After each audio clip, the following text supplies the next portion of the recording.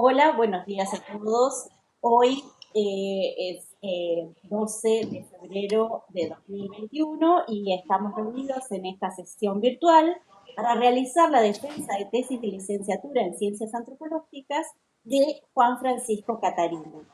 Como primer paso, entonces, en el desarrollo de este acto de defensa, le vamos a dar la palabra a Juan para que haga su exposición. Muy bien, muchas gracias Josefina, muchas gracias a todos. Alejandro, César, Catón, muchas gracias. Buen día a todos. Paso a compartir pantalla directamente, sin más protocolo. A ver si ustedes pueden ver.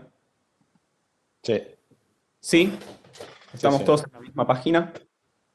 Sí, sí. Bueno, los veo acá, a César no lo veo. Ahí los veo. Bien. Todo Bueno, perfecto. a por ello. Les cuento básicamente lo que pensé es tratar de complementar. Ustedes ya han leído este texto, entonces obviamente tengo que exponerlo, entonces van a escucharlo nuevamente, pero sí me interesaba la posibilidad que nos da, digamos, la presentación de poder complementar el texto con imágenes, con fotos, con anécdotas, con todo tipo de material, digamos, que complete lo que puede ser una visión, una comprensión de estos grupos que estuve estudiando para este trabajo, para la tesis. Básicamente es uno, es la Escuela Espiritual de la Rosacruz-Aurea, y en el último capítulo efectúo una comparación con otro grupo Rosacruz del campo local, que es la antigua y mística Orden Rosacruz, a partir de ahora AMORC, que son las iniciales. Bien, vamos directo a por ello. Voy a hablar de tres cosas en esta presentación, son tres temas los que tenemos que desarrollar. Perdón, voy a ponerme un timer. Listo. Voy a hablar de tres cosas. La primera es una reflexión en torno a la experiencia de campo en los grupos religiosos. La segunda es, digamos, lo que sería la descripción etnográfica del principal grupo que estuve investigando en este trabajo, que es la Rosacruz-Aurea. Y la tercera es la comparación. Bien, entonces son 5 partes, una introducción, una conclusión y estos tres temas. Tengo que empezar porque esta idea de las heterodoxias socioreligiosas básicamente estructura el trabajo, en tanto supone una idea de campo. Bien, esta idea de campo, que es una idea de... Perdón, todos sabemos que es una idea del sociólogo francés Pierre Bourdieu, pero yo igual explicito cosas que, aunque yo sé que ustedes las saben porque trabajan en antropología de la religión, pero la idea es también, digamos, proveer, digamos, de los elementos en la presentación para quien tal vez no es especialista en este campo. Bien, entonces, Bourdieu escribe en 1971 un trabajo, digamos, canónico, Estructura y Génesis del campo religioso. Este concepto de las heterodoxias, digamos, está elaborado en el grupo de investigación de Pablo Wright. Vamos directamente a definirlo, como está definido en este libro, Periferias Sagradas, editado por Pablo. Bien, que también lo que ven es la imagen, es la de la tapa del libro. Son básicamente grupos que ocupan posiciones periféricas dentro de un entramado de relaciones de poder dominado por otros grupos. ¿Sí? Estas relaciones son simbólicas, políticas, económicas. Bien, las ideas y las prácticas de las heterodoxias son alternativas a las de las instituciones que ocupan posiciones hegemónicas dentro del campo. Entonces ahí tenemos también la cuestión de la alteridad, ¿no? Ahora, este concepto de las heterodoxias supone la existencia de un campo, supone también la existencia básicamente de dos posiciones, que son posiciones hegemónicas y posiciones subalternas. Es relacional, decimos que es relacional, en tanto, digamos, no hay esencias. Por ejemplo, si en Irán, en el campo religioso iraní, el Islam ocupa la posición hegemónica, en Argentina el Islam ocupa una posición claramente periférica, de lo que se trata es de relaciones de poder. ¿Bien? Y estas relaciones de poder son básicamente desiguales porque las posiciones hegemónicas generan representaciones oficiales de la realidad que se encarnan tanto en instituciones, en legislación, como en estructuras mentales o categorías de pensamiento. Esto es esencial, ¿bien? Y se puede ver, no sé si ustedes ven mi mouse. Lo ven, bien. Está representado gráficamente, ¿no? En las líneas geométricas del dibujo de la tapa, en tanto el eje de coordenadas que pasa por la hegemonía, digamos, es un principio de visión común que se presenta como natural y se busca inculcar en un colectivo. ¿Bien? Entonces, se trata de algo prerreflexivo y tácito. Podemos decir, son lentes a través de los cuales vemos y leemos nuestra realidad sin ser conscientes, ¿no? Por eso lo de prerreflexivo, sin ser conscientes que los tenemos. Las heterodoxias, digamos, son una diversidad de grupos que ocupan la periferia de este campo, ¿sí? Entonces pueden ser, en el campo argentino, el espacio hegemónico está ocupado por el cristianismo católico, y las heterodoxias pueden ser, digamos, espiritismos, en este caso, estamos hablando del campo religioso argentino, la antroposofía, el budismo zen, que estudia Catón, religiones afrobrasileñas, religiones platillistas, en fin. Hay una gran diversidad de lo que son las heterodoxias y en este caso nos vamos a ocupar de grupos de esotéricos, propiamente. Perdón, ya para el otro lado. Ahí está. Esta imagen, lo que yo creo que representa es, digamos, lo que los lentes argentinos ven cuando nos referimos a un grupo esotérico, ¿bien? No es una foto que saqué en el campo, es, antes bien, una imagen de la película Ojos bien cerrados de Kubrick. Y lo que, digamos, lo que quiero significar es, y también acá entran las anécdotas, ¿no? Digamos, en la medida en que yo comunico que estoy escribiendo una tesis sobre grupos esotéricos, ¿no? ¿Qué hiciste hoy? Escribí la tesis. ¿De qué la escribís? De un grupo Rosacruz. Inmediatamente uno percibe, digamos, ya en la expresión de quien te escucha, digamos, bueno, como el campo semántico, ¿no? Magia negra, ritual satánico, brujería, sangre, sacrificios humanos, todo este tipo de ritos sexuales extraños, que son lo que vemos en esta película, ¿no? Entonces, lo que me interesa mostrar en este sentido es, digamos, cuál es el contenido del sentido común que se busca instituir, a veces más y a veces menos conscientemente, ¿no? En este mismo sentido, digamos, si uno pone Rosacruz Aurea en Google, lo que Google le sugiere es Rosacruz Aurea secta, ¿bien? Esto, digamos, la foto la saqué esta semana, es completamente actual, y a lo que voy es, este problema de las sectas está estudiado, no vamos a entrar en detalle, digamos, por Alejandro Frigerio.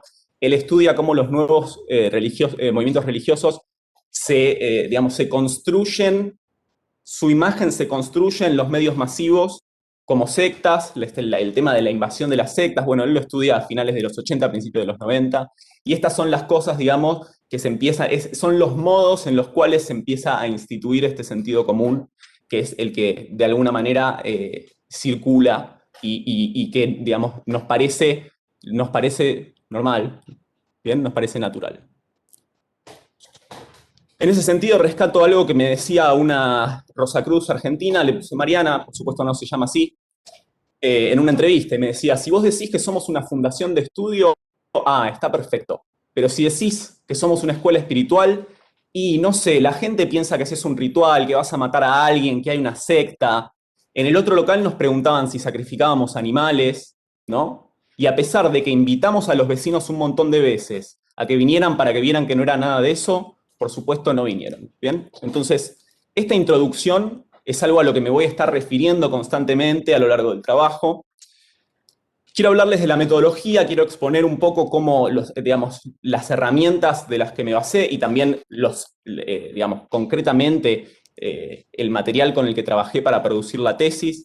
El principal método es la etnografía, digamos, es el trabajo de campo con observación participante y la realización de entrevistas. Fui 26 veces al campo, fui 15 veces en el 2016, bueno, terminé de escribir a principios del 2020, entonces el campo fue 2016 a 2019, fui 15 veces en 2016, ese fue el intensivo, fui 3 meses y medio todos los martes a las 7:30, ¿no? A reuniones de lectura de textos, ¿sí? En el 2016 también me invitaron al templo, digamos, es un lugar al que te tienen que invitar, y esta es la característica también del grupo esotérico al que me voy a referir, digamos, en más detalle. Y después de ese trabajo intenso, lo que hice fue buscar, no solo ver cómo avanzaba, digamos, en el tiempo, sino también buscar diferentes contextos, charlas en hoteles, si los visitaba algún miembro por ejemplo, del campo español, bueno, a ver. Después en el 2018 me invitaron a una consagración de un templo, que es, digamos, la única instancia netamente, si se quiere, esotérica, en el sentido de interna, a la que no está invitado el público, bien, a la que yo tuve acceso. Finalmente, en el 2019, a partir de una sugerencia de Pablo Wright, que, digamos, dirigió una beca en la que yo desarrollé gran parte de esta investigación, él me dijo, ¿por qué no te haces una comparación con otro grupo? Y así, en el 2019, hice 4 visitas a un curso de verano en la Rosacruz Amorc, Antigua y Mística Orden Rosacruz. Como fueron solamente 4 visitas, digamos, etnográficas, lo que tuve que hacer fue complementar esta experiencia de campo con los laburos de César, aquí presente, el único antecedente, por lo menos que yo conozca, en el sentido de que ha efectuado un trabajo antropológico de estos grupos esotéricos. Sí, hay trabajos históricos y de otras índoles, pero no hay tanta gente que haya ido y haya escrito sobre esa experiencia. César está enormemente citado fundamentalmente en el capítulo comparativo, ¿sí? Porque lo que me permite es reponer lo que, digamos, una estancia en el campo, que tal vez no fue tan extensa, ¿no? Pero bueno, sí fue extensa la de la Rosacruz. También en el 2019 hice entrevistas. Lo que quiero hacer es mostrarles un poco cómo se difunde en la Rosacruz, y acá es también, digamos, mostrar las estéticas para que ustedes vean, ¿no? Digamos, cómo son los flyers. Acá está el curso de la enseñanza, de la introducción a la enseñanza Rosacruz. Todos los martes, ven, 5, 12, 19, todas las semanas se juntan con, digamos, todos los martes, con frecuencia semanal. Hay seminarios abiertos, seminario de astrosofía, hay conferencias públicas, hay encuentros, son todas diferentes formas digamos, de invitar al público también a acercarse. Todas estas instancias son públicas, ¿bien? Estas son las convocatorias online, también nos podemos acercar, digamos, a las temáticas, ¿no? El viaje interior, iniciación moderna, la conciencia ante el misterio de la existencia. Esto es para que vean, digamos, cómo difunden las imágenes que usan. También, digamos, además de ir al campo, hay un montón de material subido a internet, un montón de material, están todas las revistas, el Lectorium Rosicrucianum, así se llama la Rosacruz Aurea internacionalmente. Obviamente Rosacruz Aurea es en español, con lo cual no se llama así en campos, digamos, sajones. En fin, publican bimensualmente esta revista Pentagrama, a la que todo el mundo tiene acceso. Hay en la página de la Rosacruz Aurea un montón de material, videos, podcasts, charlas, ¿no? Uno simplemente entra y accede, ¿bien? Y todo este es material que fue relevado. También hay programas de radio que también están online y pueden escucharse. Y esto es, digamos, un poco el centro de la cuestión de este primer tema que quiero tratar, ¿no? O sea, ¿qué pasa con el trabajo de campo en los grupos religiosos? Primero, está atado a la factibilidad, en tanto hay grupos que te instan a iniciarte en la medida en que vos te acercás a ellos, ¿sí? Entonces, había que buscar un espacio en el cual, digamos, uno pudiera, porque, bueno, yo no me inicié en la orden, pero uno pudiera ir con frecuencia, digamos, y que la iniciación no sea un requisito. Bien, también en este sentido marcar lo que son las limitaciones concretas. También, digamos, por no haber sido iniciado hay instancias internas a las que yo no tuve acceso. La única instancia a la que tuve acceso es la consagración del templo actual de la Rosacruz, que queda de la Rosacruz Aurea, que queda en Congreso. Bien, de todos modos, lo que sí hay acceso es a la literatura interna, a los libros que publican y a todo el material, digamos, y a las conversaciones que tuve con los Rosacruces a lo largo de todo este tiempo. La cuestión del agnosticismo metodológico es, creo, por lo menos en mi comprensión, importante en la medida en que el investigador no puede caer en posiciones ni apologéticas ni críticas, ¿sí? Es decir, uno se aproxima al campo en esta posición de, bueno, simplemente no sé, y predisponiéndose a tomarse en serio, digamos, lo que le van a decir sus interlocutores. Y fundamentalmente lo que quiero referir es esta cuestión de la actitud precautoria, ¿no?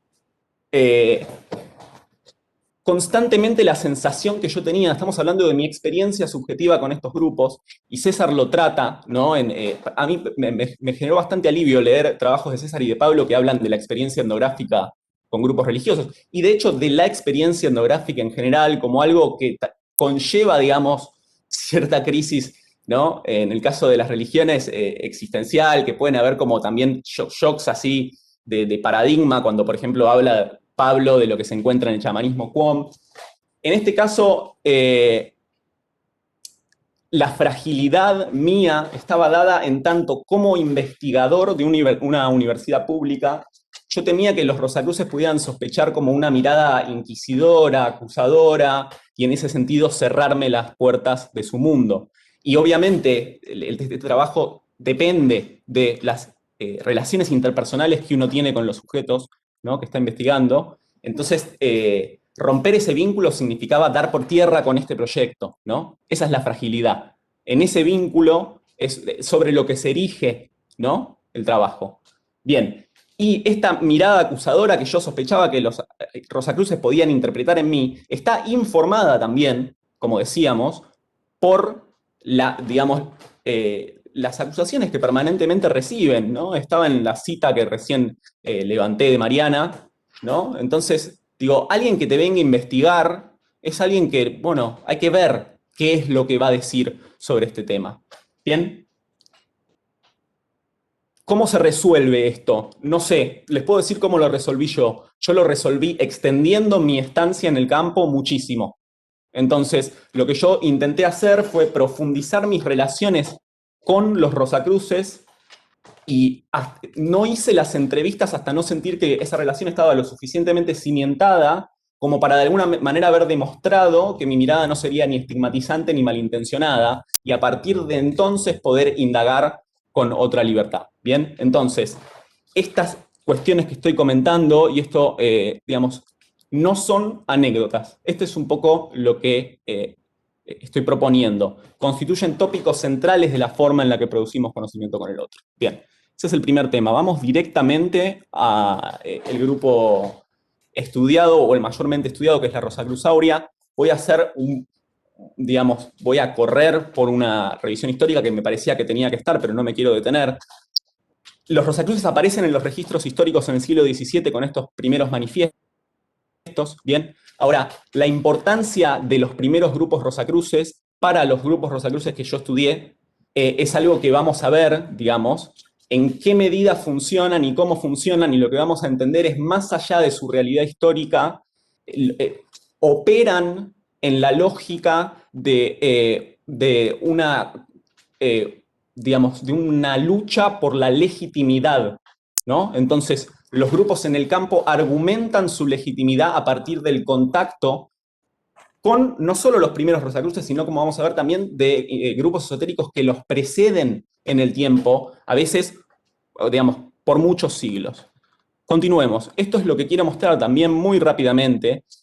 A finales del siglo XIX y principios del siglo XX hay una explosión de grupos esotéricos, no solamente rosacruces, también surge la sociedad teosófica, surge el mesmerismo, surge el espiritismo. Bien, en esta línea de tiempo vemos únicamente la fundación de diferentes grupos autodenominados rosacruces. Bien, no son todos, pero son varios, y es para que vean y empecemos a aproximarnos a esta idea de que los rosacruces, el rosacrucismo constituye una vertiente propia y asimismo heterogénea dentro del campo esotérico. Y esto se ve también, bueno, gráficamente, ¿no? O sea, el símbolo dominante en términos de Turner es la cruz y la rosa, pero hay diferentes apropiaciones que cada orden puede hacer, hasta desde el punto de vista estético, ¿bien?, de este símbolo. Entonces, esta orden Rosacruz se funda casi en 1990, es decir, se siguen fundando órdenes, pero esta primera aproximación al tema de los Rosacruces contemporáneos. En cuanto a la Rosacruzauria, hay muchas fechas, simplemente quiero comentar. En 1924 se funda la Sociedad Rosacruz de Max Heindel, que no es la Rosacruzauria, pero es donde empiezan los líderes de la Rosacruzauria. Acá lo que vemos es a Jan van Rijkenborg, que en este momento es Jan Lini, porque el nombre Van Rijkenborg lo toma en la orden, enseñando bajo el retrato de Max Heindel. Bien, esta es la orden Rosacruz de Max Heindel en la que él enseñaba. Y hay, digamos, un cisma, es decir, ellos se abren, y también hay, en la tesis está desarrollado, no hay tiempo aquí para hacerlo. ¿Por qué? Muy brevemente, ellos lo que argumentan es un contacto con una fuente divina y espiritual directa que les indica que lo que está sucediendo en la Orden Rosacruz de Max Heindel no es lo correcto, entonces hay que torcer ese rumbo, ¿bien? pero ellos recién asumen el nombre actual en 1946, después de la Segunda Guerra Mundial. Los nazis perseguían a estos grupos. En 1990 mueren las dos cabezas, que son Jan van Reichenborch y Kater Petri, un hombre y una mujer. Ella muere y lo que se hace es, se establece una dirección de 11 miembros y ahí es donde se produce la mayor expansión del movimiento. Llega a la Argentina en 1998. ¿Bien? Ahora, para entender lo que sucede en la Orden Rosacruz, digamos, y cuál es la propuesta de este grupo, yo analíticamente dividí en 4 componentes, que son el componente místico, el componente intelectual, el componente grupal y el componente ritual. Esto un poco a la manera de Catón, vamos a decir, que él también conceptualizó, ¿no?, en 4 la comprensión de la religión, digamos, en 4 ámbitos. No, simplemente lo que quiero decir aquí es, hay una distinción analítica, pero están imbricados todos, ¿sí? No es tan clara la división entre uno y otro, pero para entenderlo y analizarlo lo dividimos así. Antes de hablar del método, vamos a hablar muy rápidamente del objetivo, es decir, ¿es un método para qué? Es un método para lo siguiente. Digamos, en el centro de la cosmología Rosacruz lo que encontramos es lo que Wouter Hanegraaff, el gran académico holandés, que fundó el campo de estudios moderno en el esoterismo occidental, en lo que llama él el esoterismo occidental, él llama dualismo metafísico radical a esta manera de, digamos, entender que en la misma composición del hombre se encuentran 2 realidades. Una realidad que es el verdadero ser, ¿sí? Este verdadero ser básicamente lo que tiene es una conexión con un orden natural divino, ¿sí? Es el representante de la divinidad en el humano, digamos, y es lo que debe ser despertado y cultivado, ¿bien? También tenemos esta otra parte del ser humano que es la identidad o la personalidad ilusoria, ¿sí? Es el campo de lo dialéctico, es el campo del mundo, ¿sí? Es un orden natural no divino en su conceptualización. Ya empezamos a ver entonces acá lo que sería la herencia del gnosticismo o del maniqueísmo. Tenemos una realidad, digamos, que son como 2 grandes campos, ¿no?, en el cual, digamos, también lo que deriva de esta conceptualización es la idea de que el mundo es como, bueno, es un problema, hay que salir del mundo, ¿bien? Entonces, la esencia del objetivo de esta orden es acompañar a sus miembros en el proceso de restitución de este orden natural divino en sus propios cuerpos y vidas, ¿sí?, a partir de los conocimientos y prácticas que la orden brinda. Cuando hablamos de un componente místico, justamente lo que nos referimos es al trabajo cuya finalidad es la de preparar el terreno en la propia vida y en el propio cuerpo que posibilite la apertura a una influencia divina. Yo hago así porque conceptualizamos, digamos, creo que el sentido común conceptualiza que lo divino baja de arriba, pero en este caso también podemos decir brota de adentro, brota del centro, ¿no? Y esta influencia divina tiene un carácter muy específico en esta orden, que es el carácter gnóstico. Bien, vamos a referirnos a esto. Antes, simplemente comentar, como parte del componente místico, lo que se ejercita en la Rosacruz es cierta indiferencia frente a lo que ellos llaman la importancia personal, ¿sí? Lo que en otras tradiciones se conceptualiza como el ego. Es un principio de autoafirmación, ¿sí?, el que se conceptualiza como obstáculo, en la medida en que si uno quiere adquirir cosas en el mundo, adquirir riqueza, adquirir prestigio, ¿sí?, esto es lo que obstaculiza la expresión del ser verdadero. Bien, entonces tenemos también prácticas muy concretas de purificación. No se puede ingerir, bueno, no se puede, no, los rosacruces no ingieren alcohol, no ingieren tabaco, ¿no? Tienen una alimentación estrictamente vegetariana. Y también está este tema de tratar de retirarse de la influencia que puede ejercer sobre uno los medios masivos de comunicación. Ellos no miran televisión, ¿no? Entonces estos son temas que han causado cierto revuelo en Europa, digamos, cuando estaba también este estudio sobre las sectas y qué sé yo. Quiero decir, llama la atención, lo que llama la atención y lo que se comenta es, bueno, no miran televisión, ¿no? Como, están como, tratan de retirarse de estas influencias. Y después lo que es la observación consciente de los propios pensamientos, que también creo es una característica del budismo. Tal vez Catón nos pueda en algún momento completar con un poco más de erudición. Pero sí, se observan constantemente los propios pensamientos, sentimientos y voliciones. Lo que esto genera es una metamorfosis. Lo que busca generar la práctica de la endura y de la purificación es una metamorfosis, una transformación esencial del individuo, ¿bien? Y de su modo de estar en la sociedad y en el mundo. Eso lo que permite es entrar en concordancia con lo que es el propio propósito, digamos, y estar en armonía con el contexto. Esta es una de las características en la conceptualización de Antoine Febre, que es un académico francés. Él elabora una serie de 6 puntos, ¿no?, que caracterizarían a la espiritualidad esotérica. Este es uno de los puntos, 4 son esenciales. Este es uno, es la espiritualidad es esotérica en la medida en que lo que busca es una transformación de la persona a partir de su contacto con, digamos, estos grupos, ¿bien? La gnosis en su manifestación actual, esto, digamos, es difusión del grupo. Vamos directo al tema de la gnosis. ¿De qué se trata? Cuando hablamos de gnosis, ¿de qué hablamos? La gnosis es el modo por excelencia en que la divinidad interpela al sujeto. Es conocimiento directo. En este cuadrito, lo que les quiero mostrar es la razón es una forma que se comunica, la razón, como el método científico, se comunica y esas proposiciones uno puede, digamos, manifestarse sobre la verdad o falsedad de la proposición, ¿sí? La fe es un conocimiento que se comunica, pero no es falsable en términos de Popper, ¿bien? O sea, no sabemos si es verdad o no. La gnosis no es falsable y tampoco es comunicable. Esta es la característica, ¿no? Tiene lo que Ricoeur llama, rescatado por Pablo Wright en un trabajo suyo, es lo que Ricoeur llama una no lingüisticidad esencial. No es del orden del lenguaje. No se inscribe en las categorías del logos. ¿Bien? Entonces, ¿qué pasa? En la medida en que no se puede comunicar, es un conocimiento personal e intransferible. Cada uno tiene que recibirlo, ¿no? O permitirlo expresarse. Sucede en el sujeto. Y una vez que sucede, además, nunca se puede terminar de decir.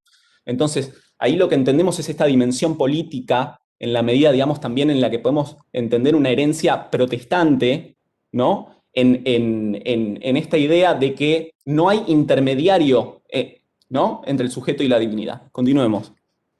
Esto es simplemente para volver al inicio, que les decía que íbamos a referir constantemente. Estas cuestiones que estamos, digamos, describiendo tienen efectos en el campo, en la medida en que el catolicismo lo que considera es que la espiritualidad gnóstica es algo en lo que es un peligro caer. ¿Bien? No es indiferente, ¿sí? Acá lo que hice fue, perdón, bueno, esta fue una idea de Pablo Wright, que fue, digamos, lo quiero comunicar porque es una idea muy antropológica, en la medida en que, digamos, estábamos tomando un café en la esquina de Puan, y yo le estaba contando del grupo gnóstico y qué sé yo, y él me dice, ¿pero qué es la gnosis? Y yo le digo, la gnosis es un conocimiento que no se puede comunicar y tiene una no lingüisticidad esencial. Ok, pero para los Rosacruces, ¿qué es la gnosis? Vos le preguntaste él o ella en su vida, ¿qué es? ¿No? Y ahí está como esta cuestión de la antropología, es darle densidad, ¿no?, de campo a los términos, darle riqueza, y inmediatamente fui al campo y les pregunté a Beatriz y a Mariana, digo, cuando vos me decís la gnosis, no, porque es una no lingüisticidad esencial. Ok, pero vos en tu vida, y rescaté estas, digamos, esto que ellas me dijeron. Beatriz dice, tiene que ver con el campo de fuerza que genera la escuela. En tanto, en determinadas actividades templarias y de grupos se hace presente una fuerza. Lo que veo yo en estas dos citas son, primero, está claro que les cuesta a ellas definir qué es la gnosis. Bueno, tiene sentido. Y por otro lado, también lo que se observa, creo, en estas citas es el tema de la interconexión, ¿no?, de los diferentes componentes. Es decir, a partir de la gnosis se manifiesta en el grupo, dice Beatriz, y la gnosis se manifiesta en el componente ritual, en el templo. En esta dirección también dice Mariana algo interesante. Ella dice, digamos, yo puedo estar, se los digo, yo puedo estar manejando el auto y pienso un montón de cosas, pero cuando estoy en el templo, pienso cosas que bajo ningún punto de vista, cito, bajo ningún punto de vista es lo mismo, ¿sí? O sea, es algo cualitativamente diferente. O sea, hay una fuerza. Bien. El segundo componente es el componente intelectual. Lo que hacen los Rosacruces es básicamente estudiar una gran diversidad de textos de diferentes tradiciones filosóficas y espirituales. Lo que ellos argumentan es que a esta gran diversidad lo que les subyace es una única raíz espiritual. ¿Bien? Y es a partir de esta indagación erudita que ellos interpretan sus experiencias en el camino espiritual, ¿sí? Esta es un poco la función. Es acompañar en el camino espiritual a partir de estos conocimientos antiguos, originales, puros, etc. Y obviamente es la escuela la que aporta las claves de comprensión, en la que digamos, las claves en las cuales se leen estos textos, que son del hermetismo, del budismo, del taoísmo, del sufismo, etc. ¿Bien? Entonces, cuando hablamos de un componente intelectual, es un medio para obtener la actualización de un conocimiento profundo, antiguo, original, verdadero, que complementa al místico y, digamos, el lectorium aporta la matriz en la cual el cristianismo tiene un papel predominante. Vamos directamente al componente grupal.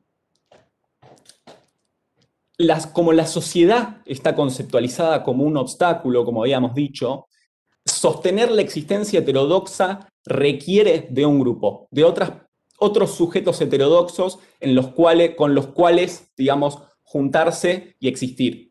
Bien, esta es una de las cuestiones. Otra de las cuestiones es la del grupo como campo de fuerza. Esta cuestión del grupo como campo de fuerza fue en su momento lo que más, digamos, a mí me chocaba como incomprensible, en la medida en que, digamos, las reuniones, constantemente yo me quedaba hablando varias veces me quedé hablando con el Presidium, digamos que es la cabeza de la Rosacruz en Argentina, después de las charlas, y él siempre me insistía en que el grupo tiene un campo mórfico, está conectado con un campo gravitatorio, y eso lo que hace es ayudar, ¿no? a que se desarrolle el ser interno y el verdadero ser. Entonces era, digamos, medio difícil para mí de comprender a qué se refería. Después, hablando con los Rosacruces, digamos, este campo gravitatorio, además de su característica más metafísica, esotérica, lo que lleva es la impronta del trabajo hecho en el grupo históricamente, ¿sí? Entonces me decía concretamente, cito, una Rosacruz, uno se siente una célula dentro de un cuerpo y tiene el beneficio de la gran comunidad de células, ¿no? La escuela es un cuerpo vivo. Entonces, esa también es la importancia de este componente grupal. Además, está en conexión con instancias espirituales, ¿no? Y esto acelera el camino, digamos, este camino en el que los Rosacruces embarcan.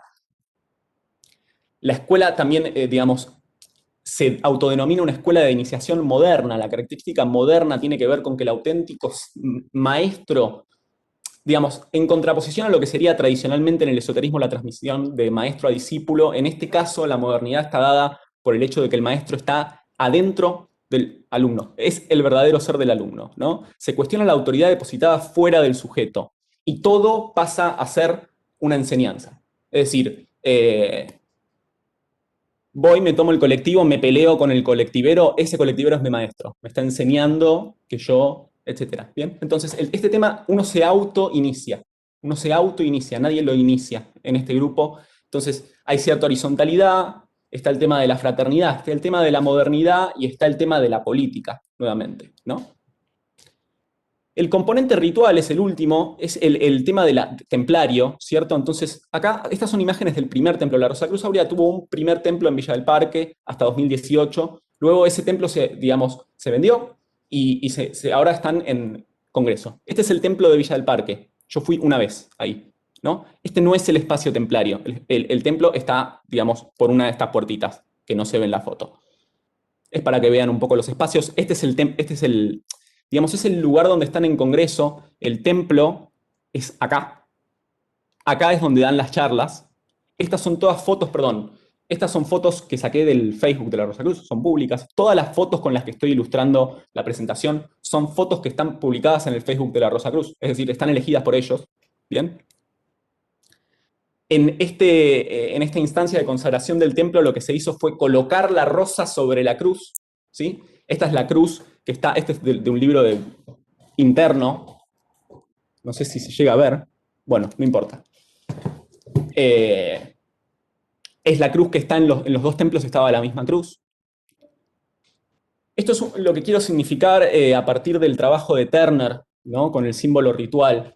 Digamos, mi experiencia en el templo es de que los sentidos están involucrados de una manera bastante concreta, ¿no? Y bastante intensa. Entonces, lo que pensaba a partir de Turner es cómo el polo sensorial y el polo normativo intercambian sus cualidades, ¿no? En la medida en que hay una disposición también por la música, por los cantos, por la vehemencia de los cantos, es decir, hay que estar ahí también para, digo, sorprende, ¿no? Y eso está intercalado por lecturas sobre el ascenso digamos, de la montaña de la gnosis, en fin, etc. Hay una dimensión performática, ¿no?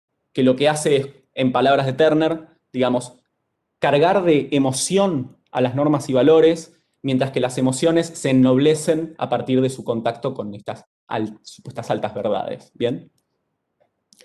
También, muy importante, en el grupo hay conferencias de renovación. Vamos a decirlo rápidamente. Se encuentran a lo largo de un fin de semana, ¿sí? Es una forma intensa de convivencia en grupo. Hay 3 servicios de templo este fin de semana. Ellos conviven. Bueno, me han contado Rosacruces, digamos, porque esto no se puede hacer en Argentina. Ahora lo vamos a ver porque no hay dónde hacerlo de esta manera. Se hace de otra manera, ¿bien? Pero hay Rosacruces que lo han hecho en otros campos, por ejemplo en Brasil, ¿no? Entonces ellos, bueno, te levantás con una musiquita, desayunás con tus compañeros, todos están concentrados en las alocuciones, ¿no? Entonces la idea es la de, te alejás de los problemas cotidianos, fortaleces el vínculo con el grupo y, digamos, fortaleces también tu compromiso con el camino. Esto es, digamos, del punto de vista del material, ¿no? Estos son los lugares donde se realizan conferencias de renovación en Europa, ¿sí? Alemania, Holanda, Suiza. También en Latinoamérica, en Colombia, ¿no? Hay espacios donde esto sucede, pero no en Argentina. Entonces, lo que me decía Beatriz es, acá no tenemos todavía centro de conferencias, entonces nosotros venimos el sábado y después me tengo que volver en bondi a mi casa, ¿no? Encontrarme con la vida de todos los días y el domingo otra vez hacer el esfuerzo de volver y claramente no es lo mismo. Entonces también para marcar, ¿no? Lo que es ser un Rosacruz en Holanda, diríamos, donde surgió la orden, y lo que es ser un Rosacruz en la Argentina. Vamos al tema de las diferencias. La antigua y mística Orden Rosacruz es la segunda orden donde yo hice campo. Se funda en Nueva York en 1915, llega a la Argentina en los 40, tiene sus años de mayor crecimiento en el país en los 70, 80, y en los 90 entra en una fase de declive. Ya podemos acercarnos a partir de su símbolo dominante a esta cuestión, ¿no? O sea, para los Rosacruces, Amor, que es muy importante, lo que ellos llaman la conexión egipcia, ¿no? Entonces, este símbolo que es el Ankh, el símbolo dominante en el hermetismo, en la religión del Egipto antiguo, ya está directamente, digamos, incorporado, ¿no? Y acá está el tema también de la creatividad con la que se reinterpretan las tradiciones. Entonces, este tema de la pertenencia remota es central en la medida en que la Orden Rosacruz reivindica sus orígenes en el Antiguo Egipto. Ellos consideran que su orden fue fundada por el faraón Akenatón y que el movimiento Rosacruz lo que hizo fue conservar la tradición original a lo largo de las generaciones, ¿no? Es lo que Riquel llama una utopía conservadora, es decir, el pasado nutre al presente al proporcionarle raíces. Estos son los espacios donde yo hice campo, ¿no? Acá es donde se daban las charlas, ¿ven? ¿No? Las imágenes egipcias, acá también. Aquí está el Ankh. Esto es lo que podríamos considerar como una forma del ojo de Horus. Esta es la única foto que saqué yo, digamos que saqué fotos, pero traté de no incluirlas. Esta es la única que saqué yo. Digamos, lo que hay es la Rosacruz, Isis y Osiris. Está clarísimo, digamos, también de vuelta, ¿no? Esto es Argentina, esto es Brasil, ¿sí? Esto es Curitiba. Entonces, digamos, el tema de lo egipcio está clarísimo y también se manifiesta de maneras, digamos, en este caso muy concretas, edilicias, pero no es lo mismo el centro que tienen en California, los Amorc, que el que tienen en Buenos Aires. Bien. Esto es lo que quería argumentar en torno a lo que Massimo Introvigne, que es un académico italiano, conceptualiza como 3 modelos de legitimidad. Y en torno a la legitimidad está el tema de la disputa, ¿no? Dentro del campo Rosacruz. Entonces podemos hablar de 3 modelos de legitimidad. El primero sería la legitimidad de origen, que es la legitimidad que argumenta la Rosacruz Amorc. Es una sucesión de tipo apostólica ininterrumpida que conecta al grupo con iniciados de la antigüedad, ¿no? Es a partir de de esta continuidad que ellos argumentan su legitimidad. Hay un segundo modelo que es argumentar la propia legitimidad a partir de signos o manifestaciones de poder, levitación, clarividencia, teurgia, en fin. Acá puse el ejemplo de la Fraternitas Rosacruciana Antiqua, es un ejemplo que da Introvigne, digamos. El tercer modelo de legitimidad es el de la pureza de la doctrina, ¿no? Y este es el modelo en el que basa su legitimidad la Rosacruz Aurea. En tanto, lo que ellos entienden es que están en contacto con una corriente espiritual más importante que cualquier tipo de afiliación histórica. Entonces, lo que en el Lectorium se comenta es, digamos, hay grupos que anteceden históricamente a los Rosacruces que ya estaban trabajando en este campo. ¿Bien? Entonces, digamos, lo que hay es una corriente espiritual que no tiene, digamos, ropaje, o que adopta diferentes ropajes a lo largo de la historia y de la geografía, pero que es esencialmente siempre la misma. Y es este contacto que nosotros tenemos lo que nos legitima como orden. ¿Bien? Volviendo a Amorc, lo que vemos es este sentido práctico que lo desarrolla César. Creo que se ve muy bien en esta imagen. Dice, bueno, usted puede hacer estas cosas a partir del contacto con la orden, ¿no? Vivir 1000 vidas, ver sin ojos, ¿no? Entonces, concretamente, y para describirlo, lo que encontramos es, digamos, el foco en el desarrollo de beneficios prácticos tales como atraer lo deseado, ¿no? Los rosacruces enseñan a visualizar lo que uno quiere atraer. Por ejemplo, dicen en las charlas a las que yo fui, un trabajo. Si vos querés un trabajo, ¿no? Entonces los ejemplos también son elocuentes. Y también está esta capacidad que uno desarrolla en la orden de influir en la realidad, influir en otras personas. Esta responsabilidad que conlleva también fue algo que, digamos, cuando yo la tercera vez que fui, el gran maestro que es un cargo que cambia todos los años, se me acercó, digamos, esto tampoco es casual, ¿no? Digo, bueno, ¿quién es esta persona que está viniendo con cierta frecuencia? Y nos sentamos en la biblioteca a hablar antes de la charla que él iba a dar, y él lo que me recalcaba constantemente es, vos tenés que tener cuidado, hay que tener mucha responsabilidad, porque cuando vos empezás digamos, a ascender en este camino y a adquirir estos poderes, vos empezás a poder influir, pero vos no podés como torcer el destino de otra persona. Vos tenés que saber qué podés hacer o qué podés pedir o qué podés atraer y qué no. Este es el tema de la responsabilidad que ellos entienden que conlleva el poder que se desarrolla, ¿no? Entonces, este control sobre el propio destino, dominio sobre la vida, es lo que tiene el vínculo con el protestantismo norteamericano.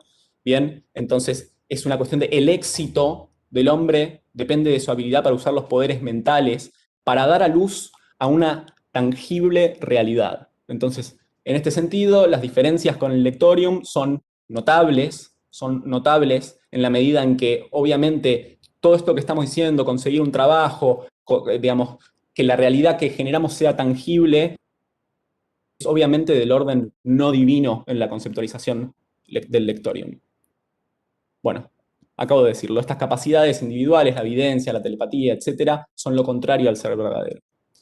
La noción de persona que encontramos en los dos grupos sí es muy semejante. Está esta idea del sacred, lo que llama el sacred self, digamos, o se analiza como tal, que es un ser interno, verdadero, profundo, ¿no? Que requiere de un trabajo que se lleva adelante en la institución para que se desarrolle, y que podemos decir es común a diferentes grupos perdón, voy a chequear la hora, de la nueva era. Esto de la autoridad, el locus interno de autoridad, uno es su propio maestro, el maestro es un cargo protocolar, administrativo, que constantemente, digamos, cambia todos los años, y esta experiencia de experimentar digamos, en el sujeto lo que se enseña, esas son cosas que tienen en común las dos órdenes, o los dos grupos, digamos, porque la Rosacruz Aurea no se entiende como orden, o no se llaman ellos. Un Rosacruz dice, voy a la escuela, estoy en la escuela, hago en la escuela. Para ellos es una escuela. Bien. La influencia del protestantismo también en ambas, en tanto está esta idea de unir al hombre con la divinidad sin intermediarios. Ahora, en Amorc tenemos esta instancia privada ritual, que es la constitución de un sanctum dentro de la casa, ¿no? Que son estas imágenes que vemos acá, que tienen determinadas características, tiene un espejo, tiene una vela, ¿no? Entonces hay una instancia ritual y privada y se estudia a distancia a partir de monografías, eso en el lectorium no existe. Bueno, este es el último punto de la comparación, es el punto ritual. Y aquí tenemos algunas similitudes y algunas diferencias. Yo diría básicamente diferencias, en la medida en que en Amorc lo que encontramos son representaciones teatrales, ¿no? Plenas de simbolismo masónico egipcio. Yo no tuve acceso a estas escenas, pero César tal vez sí nos puede completar con experiencia etnográfica, digamos. Pero tanto César como Pablo Wright, que han hecho trabajo de campo en Orden Rosacruz, Pablo no escribió, etnografías sobre el tema, por eso lo cito tanto a César, pero quiero decir, está el tema de que la vestimenta, la iluminación y el sonido son elementos sumamente cuidados y ensayados, que este tema del rito es, del ritual es central para la identidad grupal, y todo este tema de los oficiales de ceremonia, palabras de pase, nombres rituales, en fin, juramentos, instrucciones secretas, es central y yo por lo menos en lo que yo pude observar, no es de este modo en la Rosacruz Aurea. La instancia más interna que yo experimenté, vamos a decirlo así, es, digamos, es más parecida en su estructura a una misa, ¿sí?, que a este tipo de representaciones teatrales. Bueno, hablando de las vestimentas, ¿no? El tocado, la cruz, y también de la cruz, y también de la creatividad, ¿no? La rosa del corazón, ¿bien? Vamos a concluir para no excedernos demasiado del tiempo. ¿Quiénes son entonces los Rosacruces? No se puede pensar a los Rosacruces como un grupo, ¿sí? Hay una diversidad de grupos Rosacruces que compiten por la legitimidad de un vínculo con lo original, lo puro y lo sagrado. Ese vínculo excede, como les decía, a los Rosacruces del siglo XVII. En el caso de Amor, que es con Egipto, y en el caso de Lectorium puede ser con los cátaros, que es una orden medieval, digamos, o incluso anterior. No estamos para valorar, digo, uno se acerca al campo, ¿no? Yo, antes de iniciar todo esto, digo, bueno, voy a hacer el campo en una orden Rosacruz. ¿Cuál es la verdadera? ¿Cuál es la que viene de los...? No hay verdadera, ¿sí? La legitimidad no es algo que estamos acá para valorar, en tanto no es esa una pregunta antropológica, ¿sí? Lo que queremos es poner de manifiesto que hay una tensión que lo que hace es dar cuenta de la existencia de un campo y que esta dinámica es sociológica. Nuestra motivación es explorar y visibilizar esta diversidad e interpretarla en términos de una crítica a la modernidad, ¿no? El tema de la invención, inventar la tradición, que es lo que postulan Hobsbawm y Ranger, la enorme creatividad cultural que estos grupos producen, deben entenderse, esto es lo que proponemos, como sustratos simbólicos en la clave de los cuales se rechaza el sentido del mundo aceptado por la mayoría y se pone en tela de juicio la legitimación imperante del orden político, incluso de las costumbres cotidianas. Esto es esencial, digamos. Entonces, el ámbito de lo teológico deja de ser una cuestión privada. Lo que se está cuestionando es la polis, ¿sí? No es una cuestión privada que cada cual resuelve en la intimidad de su conciencia, es un asunto de importancia pública. Un último comentario en torno a cómo están adaptadas estas heterodoxias al siglo XXI. Los grupos rosacruces que surgen en el siglo XX, en el principio del siglo XX o fines del siglo XIX, digamos, tienen características que los hacen fácilmente asimilables a lo que llaman, digamos, lo que Bourdieu llamaría quienes demandan en el campo, quienes demandan la salvación, están quienes demandan, quienes la ofrecen, que son los grupos. Bueno, es fácilmente asimilable para quienes demandan la salvación las características que estos grupos poseen, en tanto las ideas del ser sagrado, de la autoridad desplazada al interior, una fuerte crítica a la racionalidad como un modo excluyente de acceso al conocimiento, son elementos que nos interpelan en un contexto posmoderno en el que se valora la subjetividad, se cuestionan los universalismos, ¿bien? Ahora bien, simultáneamente a estas características, podemos decir, posmodernas, en el lectorium existe una estructura esencialmente religiosa, digamos, en tanto la gnosis es un conocimiento absoluto, universalmente verdadero, en el cual lo que encontramos es, digamos, una fe propia de la hermenéutica de la revelación, donde la regla es la recolección del sentido que es dado, es brindado, uno recoge, ¿sí?, de la gnosis. Entonces, esta gnosis es una realidad absoluta de la que no existe posibilidad de duda o sospecha. Estas ideas de la verdad, lo absoluto, lo universal y lo objetivo, tan duramente criticadas por la posmodernidad, se encuentran en el corazón de la propuesta de este grupo Rosacruz. Para finalizar, creemos que el atractivo de la orden debe entenderse desde esta singularidad. También las críticas de las posiciones hegemónicas y del catolicismo se realiza desde el mismo cristianismo. Entonces, esto lo que supone es una continuidad con el hábitus religioso dominante que podría podría interpelar a católicos desencantados. El tema de la herencia protestante, digamos, es lo que más estuve pensando hacia el final de este trabajo, ¿no? Pero adaptada a la posmodernidad, podemos decir, y es una reelaboración creativa de todas estas influencias que se realiza desde la matriz esotérica. Hasta aquí la presentación. Fueron un poco más de 40 minutos, creo que no está tan mal. Bueno, terminada la presentación del tesista, ahora le damos la palabra a los integrantes del jurado. No sé quién de los dos, si César o Alejandro va a comenzar.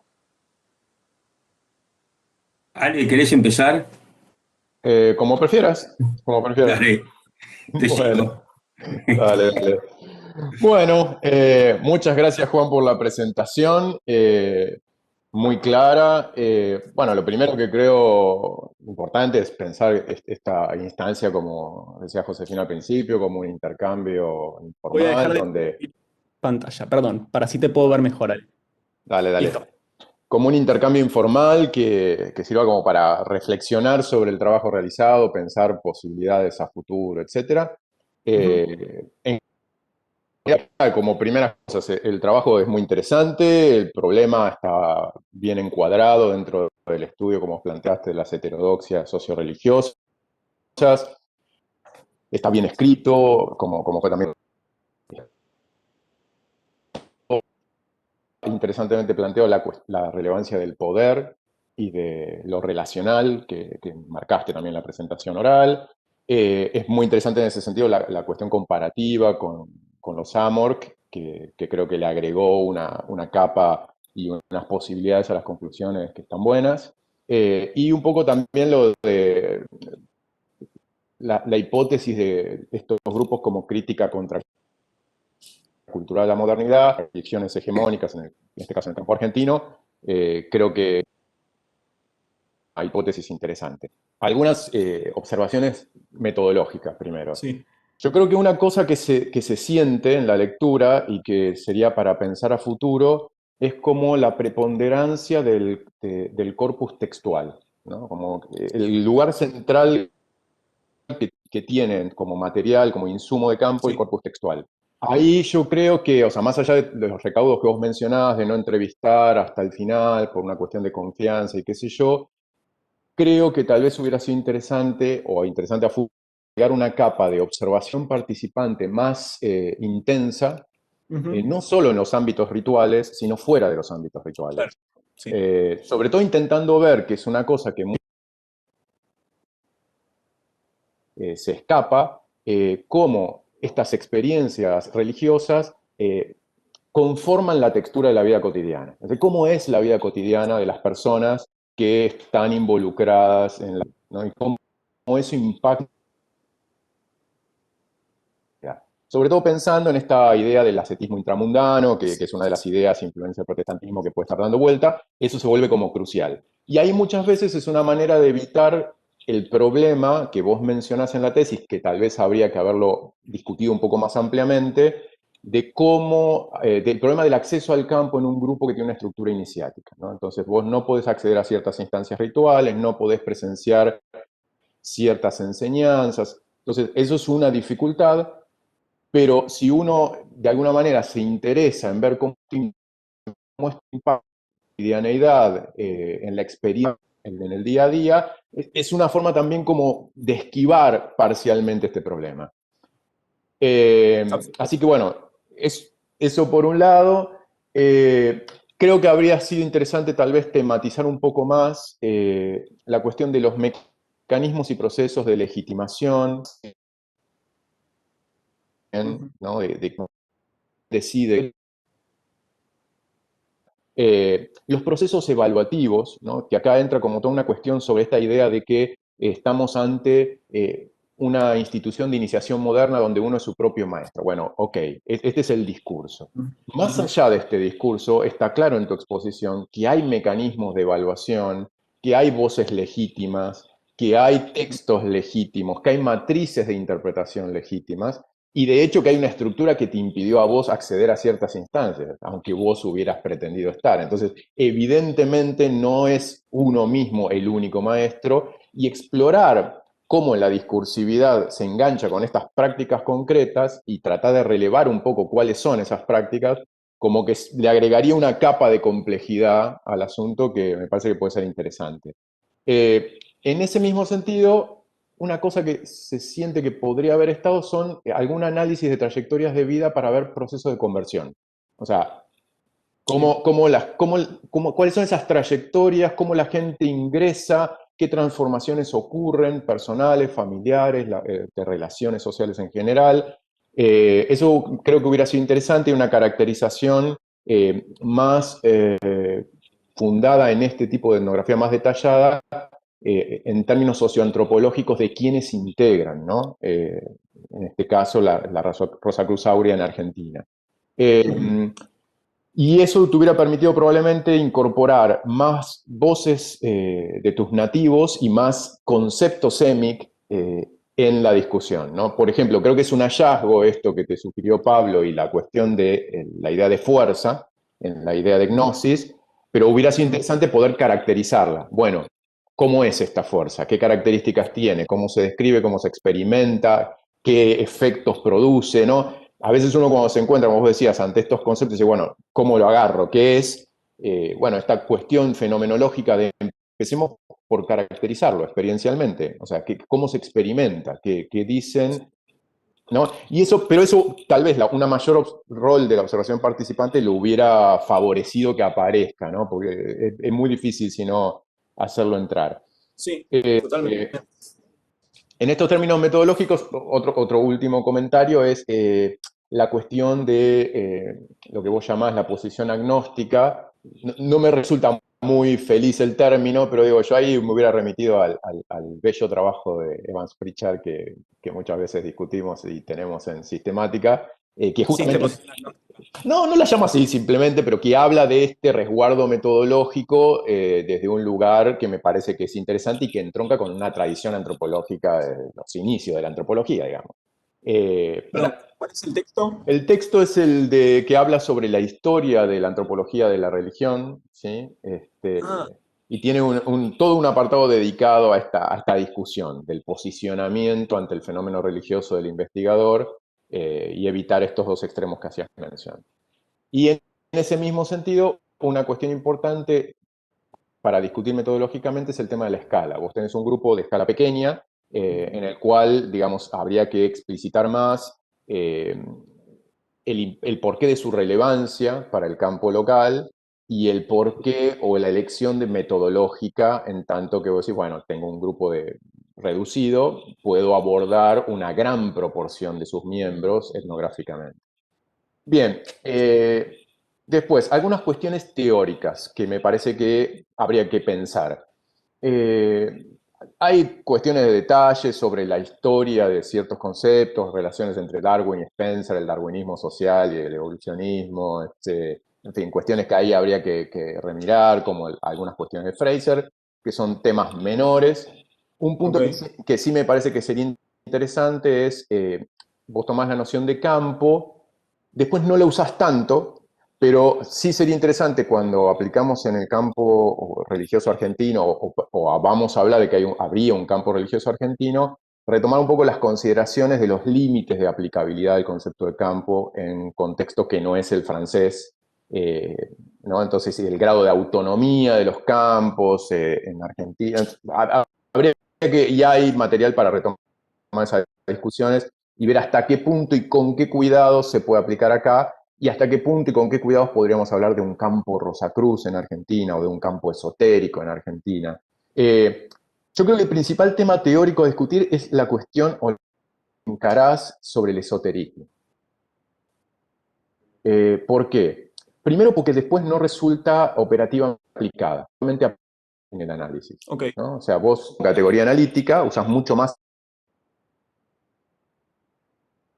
esoterismo, porque en la discusión que planteas de esoterismo, que digo, si a futuro se dice en este tema, daría para, si fuera una tesis doctoral, un capítulo, vos te posicionás en un lugar que para mí es un tanto equívoco. Siguiendo a Fabre y a Hanegraaff, te posicionás en una idea de lo que sería el esoterismo, una posible definición, o dos definiciones que de hecho no encajan exactamente, la de los 4 criterios y después la definición de conocimiento rechazado. Si tomás la de conocimiento rechazado, se asemeja mucho a heterodoxias y habría que plantear cuál es la diferencia. O sea, toda heterodoxia es un esoterismo, o sea, cuál es el sentido de usar las dos categorías, si uno las va a pensar así. Más allá de que se puede cuestionar fuertemente hasta qué punto el esoterismo se puede caracterizar como conocimiento rechazado sin más. Por ejemplo, pensá en lo que vos comentás del rol muy público, visible y socialmente atractivo del esoterismo en Argentina en fines del 19, primeras décadas del 20. Entonces, en ese contexto no es un conocimiento rechazado, eso lo que hace que deje de ser esoterismo, ¿no? Discutible. Los 4 criterios de Fabre y toda su discusión con la tradición previa de definición de esoterismo, además de que son muy discutibles, porque nunca explicita él de dónde los saca, cómo los construye, por qué esos y no otros, el punto es que tu ejemplo, ¿no? Los Rosacruces, no los necesitan, porque tu ejemplo es considerado esotérico por todos los autores, no importa qué definición usen, cumple no solo los 4 criterios básicos, sino los 2 extra de tu autor, y entonces es un caso en el cual la disputa queda como un poco por fuera, lucra, y uno se pregunta para qué entonces introducirla. Y en el medio de la disputa, vos haces una caracterización siguiendo a Hanegraaff, que lo que él llama religionismo, que creo que no es adecuada. En particular, la caracterización que haces de la posición de García Bazán, yo creo que definitivamente se le escapa el punto. García Bazán es un especialista en la historia del gnosticismo del primer cristianismo, un especialista en los textos de Nag Hammadi, trabaja directamente con la fuente. Creo que lo que no se lo puede acusar es de ahistórico. O sea, puede tener muchos temas, se pueden discutir categorías como cualquier autor, pero justamente ahistoricismo no sería el punto. Y el texto que vos citás es un texto donde él muestra, en los capítulos subsiguientes, una gran discusión histórica de distintos matices, de distintos esoterismos a lo largo de la historia. Y tampoco creo que se pueda sostener que es una asociación que estás haciendo a lo largo del texto muchas veces, como si estos autores compartieran la idea de tus Rosacruces de la existencia de una enseñanza universal que sería el fundamento académico para estos autores para estudiar los esoterismos. O sea, si uno ve los textos, yo no creo que pueda inferirse eso, independientemente de si los autores opinan en el fondo que hay algún hilo común entre esos ismos o que se hace esoterismo, remiten todos a un metafísicamente existente, pero no parece que eso se refleje para una discusión teórica en otro contexto, tal vez habría que dedicarle más. En ese sentido, ojo un poco con los procesos históricos, como recién decías, el hermetismo como religión egipcia. Bueno, el hermetismo no es la religión del Egipto antiguo, ¿no? O sea, el hermetismo es una tradición particular que surge en el helenismo esencialmente, que remite en principio a algunos elementos que supuestamente serían elementos esotéricos, en tanto no públicos completamente, de algunas expresiones de la religiosidad egipcia, pero no es el conjunto de la religión egipcia. Entonces, ahí hay algunas cuestiones de detalle. Y, ¿qué más? Algunas cuestiones de la etnografía extra. Tema de la estrategia, me parece interesante, estas estrategias de legitimidad. Hay que tal vez tener cierto cuidado en algunos momentos del texto, pareciera como una cosa de muy electiva, tipo, elegimos tal definición como una mera estrategia para diferenciarnos. Yo ahí creo que habría que tener cierto cuidado al redactarlo, tal vez, ¿no? Para evitar esa sensación. O si uno lo quiere decir, decirlo bien directo. los procesos de transformación y cómo esto afecta a la vida cotidiana creo que sería interesante. Y sobre todo el último, o sea, uno de los comentarios que quisiera hacerte es, hablas de esta resonancia con la posmodernidad, ¿no? Ajá. Habría que explorar un punto que parece medio conflictivo para esa resonancia, que es justamente esta idea de la irrelevancia en el fondo de la personalidad y la subjetividad yoica como fenómeno metafísicamente importante. Entonces, es decir, es un movimiento que está planteándote que lo que probablemente es más caro al ser humano posmoderno, que es su personalidad, sus gustos, sus deseos, sus intereses individuales, en realidad son una ilusión y algo a combatir y a dejar de lado. ¿Cómo gestionan esta tensión los Rosacruces? O sea, posmodernamente viviendo en este contexto, ¿no? O sea, cómo eso se maneja para que no genere una disonancia con esa matriz cultural posmoderna. Bueno, esto de la fuerza, que me parece que está bueno y que hay que explorar. Eh, Algunas cuestiones sobre la estructura del cuerpo, en algún momento de la comparación hablas de que comparten esta idea como en capas concéntricas, pero es interesante ver que en el esquema que planteas de los áureos, el microcosmos es pensado como una envoltura y tiene en algún sentido mayor importancia que que la personalidad que estaría como dentro del microcosmos. Entonces, el esquema concéntrico no es tan simple, ¿no? Pareciera ser más complejo. Sí, la chispa divina parece estar como en el centro, pero después hay como una atmósfera microcósmica Sí, que es como una sí. envoltura que es más excéntrica. Entonces, ahí sería interesante conectarlo con aspectos cosmológicos en términos de estructura de mundo, que no aparecen en la tesis. O sea, cómo se conecta la noción de persona con la estructura de mundo. Eh, y bueno, básicamente yo diría que eso, o sea, en el aspecto teórico, como a veces ida y vuelta, que a veces que no queda del todo claro entre las categorías de tu grupo y lo que podemos llamar la escuela de la escucha, aparece de nuevo, por ejemplo, en tu comentario final, que ahora lo repetís, sobre la idea de Riquet y la hermenéutica de la escucha como si fuera la actitud propia de los fieles de la Rosa Cruz o de un grupo específico confesional. Riquet está planteando una actitud que es una actitud más académica, que implica, ¿no? que Ok. implica un posicionamiento académico, no tanto, y de hecho habla de fe poscrítica. ¿No? También tu noción de fe es una noción a explorar, no dar por sentado. ¿Qué es fe en todo caso para los Rosacruces? ¿No? Que no es lo mismo que para los católicos o para ciertos católicos o para los protestantes o para ciertos protestantes.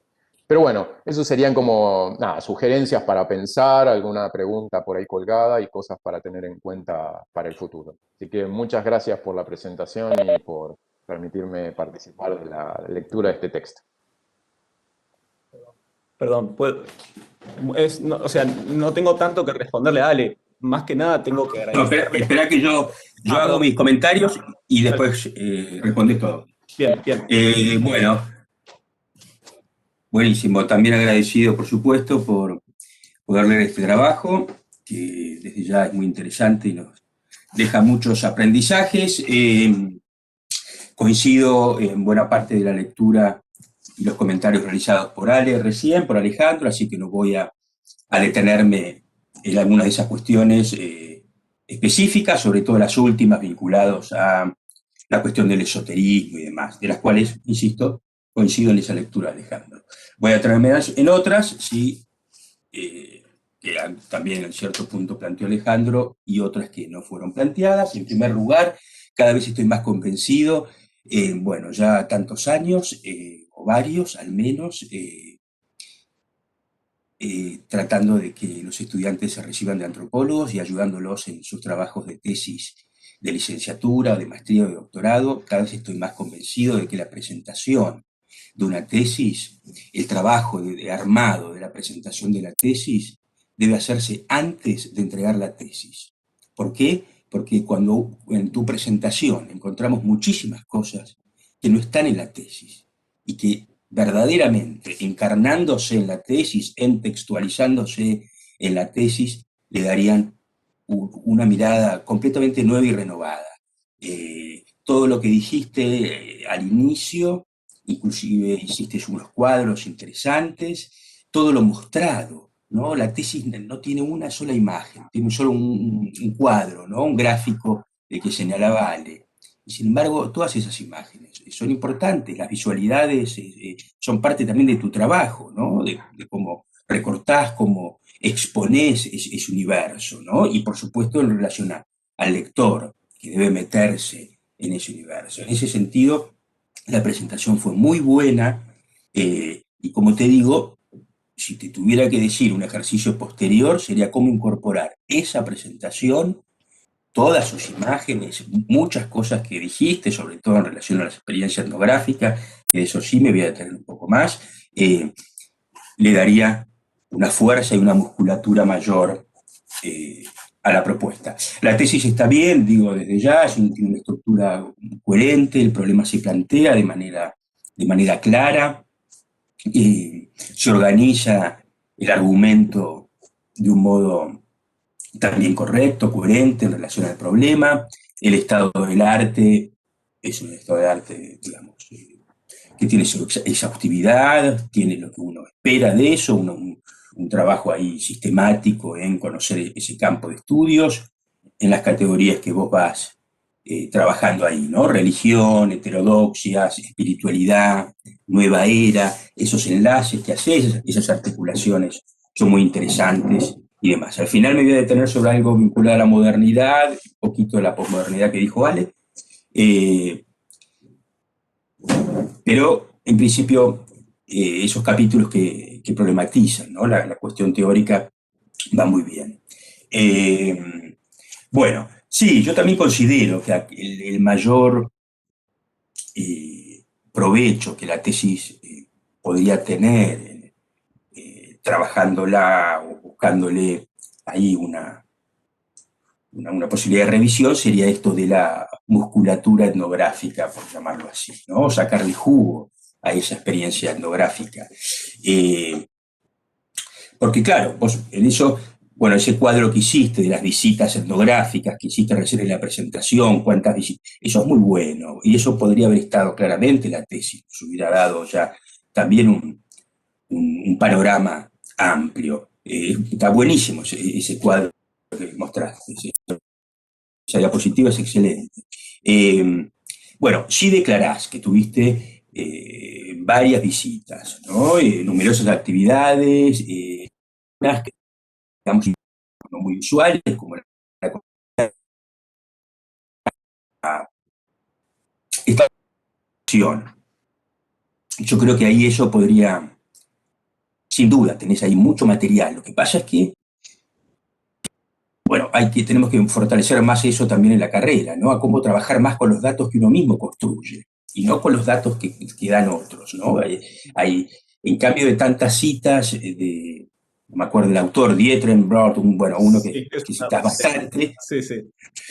Claro que es una cita hiperautorizada, ¿no? La autoridad hermenéutica fundamental. Uno hubiera gustado encontrar más descripciones tuyas. Un capítulo, por ejemplo, no te hubiera sido muy difícil. Lo que pasa es que estamos poco acostumbrados y también no tenemos capaz tantas herramientas en la carrera de la escritura etnográfica, ¿no? Y la narración en clave etnográfica. Un capítulo que hubiera, por ejemplo, plasmado tu experiencia en la consagración del templo o un capítulo de textura del templo, la renovación, las conferencias de renovación y otras cuestiones en donde vos estuviste ahí y en esa participación fue clave.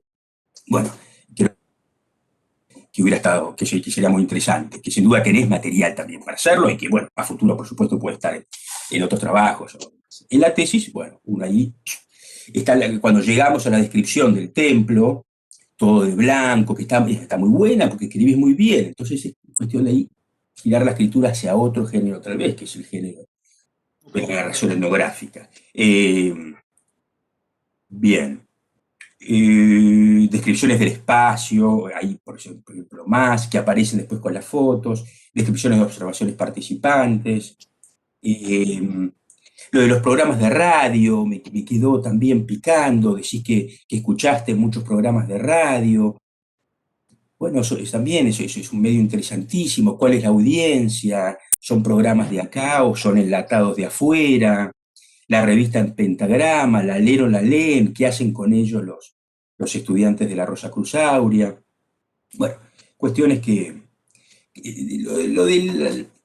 esto de, no, aparte, ¿no? Lo de no mirar televisión y demás, y cómo eso tiene cierto revuelo.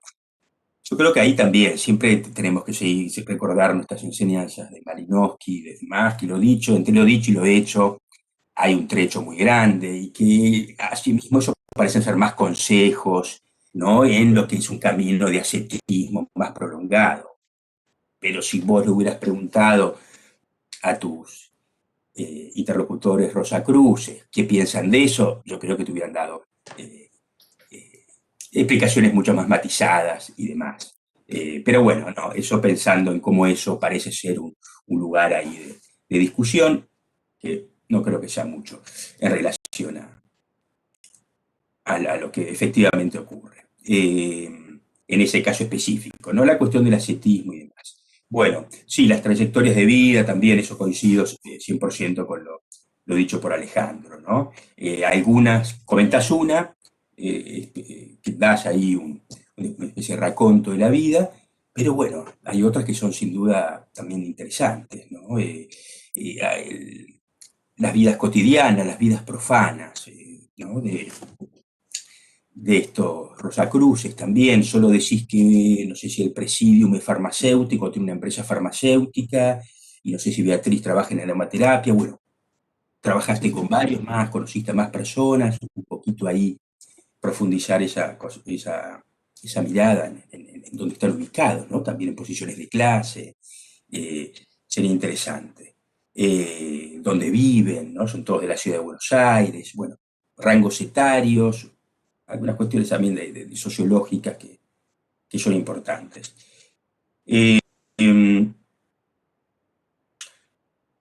Después, no, cuestiones generales, esto para después. En la historia del desarrollo de las corrientes esotéricas y ocultistas en Argentina es una parte interesante e importante que señalás, con los trabajos de Susana Bianchi, de Juan Pablo Bubelo. Me parece bueno seguir esa pista. También es interesante ahí sumar una discusión que al menos no ha sido sumada por Bubelo y un poco por Susana Bianchi, están otros estudiosos que tiene que ver con todo lo que fue el movimiento de libre pensamiento en la Argentina finisecular y de principios del siglo XX. Eso dio muchísimo impulso a estas corrientes, que se pusieron en... Sí, Kereilac sí, pero están los de Omar de Lucía, Mariano Rainieri, trabajaron especialmente el Congreso Libre de Pensamiento en 1910, que aglutinó a teósofos, espiritistas, socialistas, liberales. Bueno, fue todo un mundo muy interesante, que también tiene que ver con el espacio que tuvieron estas filosofías. Así que bueno, eso para después. Otra cuestión interesante también es el peso de la cultura escrita, creo que eso podrías también pensarlo para otros momentos, en la construcción de las comunidades religiosas espirituales, desde los manifiestos rosacruces del siglo XVII hasta la editorial Kier. La editorial Kier es fundamental en eso, en lo que ha sido la circulación de ideas, ¿no? Y también la conformación de grupos. Así que bueno, esas son todas cosas a futuro que pueden investigarse. Coincido con Alejandro en que tal vez la cuestión que es difícil en estos grupos, más difícil, es un desafío sociológico, ¿no? Ponderar cómo es la relación entre el individuo y el grupo, algo que por supuesto los antropólogos siempre buscamos ver. Ahí el tema del proceso de individualización, de la modernidad o la posmodernidad, la cuestión esta de la autoiniciación. Yo tiendo a dudar bastante, al menos digo, a ser muy precavido a esas categorías. son las categorías que ellos mismos dan para explicar su experiencia, pero es claro que la autoiniciación es una parte de un relato que en el caso de la Rosacruz también está muy vinculado a la institución, ¿no? Ya lo dijo Alejandro, las jerarquías, las autoridades, las hermenéuticas autorizadas, las doctrinas, las pautas regladas de comportamiento, sobre todo para iniciarse en los distintos grados y demás. En ese sentido, también ponderaría más, ¿no?, en la Rosacruz Aurea esta doble dimensión, ¿no?, de apelar a la cuestión de la interioridad, que también, por supuesto, que tiene una herencia protestante y es algo común en toda la experiencia, sobre todo de las reformas vinculadas al metodismo y demás, la experiencia interior, y después la cuestión grupal, ¿no?, la cuestión de la experiencia en el colectivo, en el grupo, que es también, vos la podés allí en evidencia, es muy importante, ¿no? El campo de fuerza no es lo mismo estar escuchando las charlas en la casa de uno que estar en el templo participando ahí, bueno, todo lo que es la construcción del carisma grupal, ¿no?, del carisma, que es algo propio a toda institución, no religiosa, ¿no? Toda institución busca construir su carisma colectivo, capital simbólico, si lo queremos llamar en términos de Bourdieu. En ese sentido, después, en la cuestión de la subjetividad, en algunas partes hablas de la experiencia subjetiva. Yo te recomiendo, a futuro hubiera tal vez sido más, pensándolo en términos de intersubjetividad, creo que es un término que ahí va perfecto, ¿no?, para no caer también en que hay formas subjetivas de comprender meramente esta experiencia, sino que toda experiencia es intersubjetiva y en estas cuestiones es muy marcado cómo se da esa intersubjetividad en el aprendizaje, en el conocimiento de distintas personas vinculadas a eso y después, por supuesto, ya en la inclusión como miembros y demás. La cuestión del ascetismo es interesante también, es una marca, parece ser bastante, digamos, la encuentro como bastante característica de la Rosacruz Aurea, y no tan marcada, por ejemplo, desde ya en Amorc. Creo que eso también es interesante.